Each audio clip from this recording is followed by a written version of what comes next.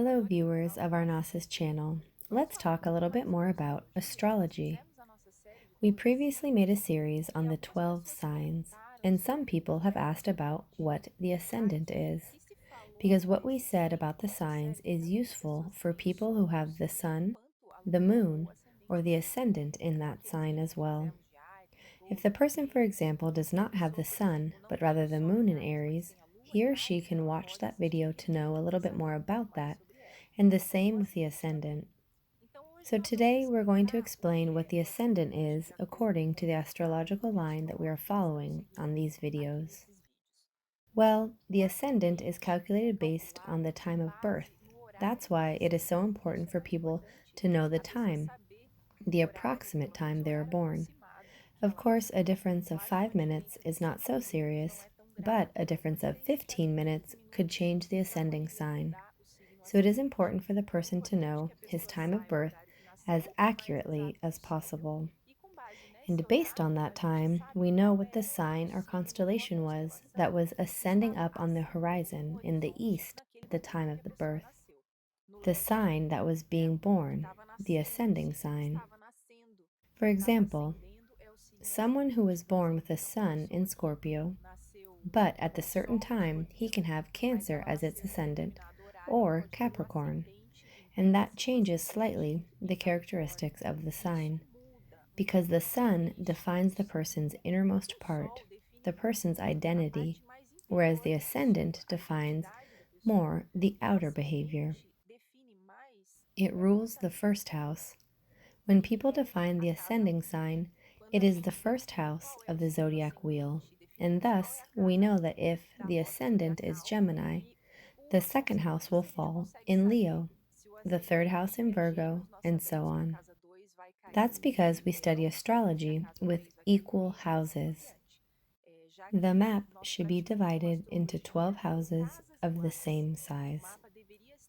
Since esoterically speaking, the number 12 is a sacred number, and no area of life or an astrological house should have more or less importance. They are all important. The ascendant rules house 1 of the zodiac wheel. The first house has to do with the physical appearance, with the mannerisms, with its image. A person can speak about the presence of someone based on their ascendant sign, even their physical form or their body. The body is governed by the ascendant, their way of speaking, their way of walking, of dressing, and some planet in conjunction with the ascendant will also have an influence. But the main thing for us to know, the appearance and the personality of a person is ruled by the ascendant. We could define the ascendant as being the first impression that we make on people.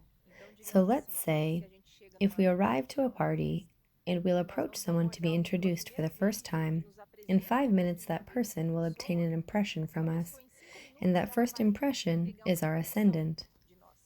So, for example, a person with an ascendant in Aries delivers the impression of a strong, dynamic, and independent person. A person with the ascendant in Aries, or rather, let's see another sign, Libra, the opposite sign, would give the impression of a refined, educated, sociable person with a good mood. An ascendant in Aquarius would give the impression of a slightly more isolated person who is also very sociable and perhaps dressed in a strange, original, and creative way. So that first impression has a lot to do with the ascendant. That's why several people can say that you're Gemini, yet in reality, you're not actually Gemini. You have your ascendant in Gemini, and the person capture that Gemini energy by the way you talk and behave. So the ascendant is something more superficial. It doesn't mean it's a mask. There are some astrological lines that say that the ascendant is a mask, but if we analyze it, it's behavior that we adopt in all moments of life. So at all times, whether at work or whether at home, the person behaves, walks, and acts according to his ascendant, because the first house, the house of the ascendant, is related to action. As we act, with how we do things, the way we behave.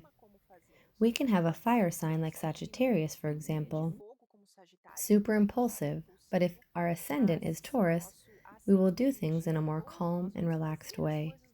We're going to be Sagittarians, but acting like someone of Taurus.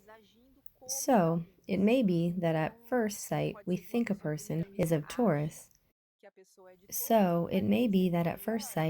The person is of Taurus, and when he gets to know him better, we get to know its Sagittarius side, which is the Sun in Sagittarius. Another thing that is important to know is the planet ruling our ascendant. For example, if the person's ascendant is Cancer, Cancer's planet is Moon, then that means that the Moon is the ruler of the entire astral chart of that person. The Moon is an extremely important planet in that person's life. That means that the most important themes in his life will be feelings, family, nostalgia, imagination, and subjects related to the Moon and to the sign of Cancer. So, knowing our ascendant, we know which planet governs our life and our history. So we hope that this reflection of the ascendant is clear enough, and we will continue our series talking a little bit about each ascendant. We hope to see you there, and we ask you to give our videos a like, subscribe to our channel, and to always follow the interesting topics that have to do with Gnosis. Thank you very much, and we will see you next time.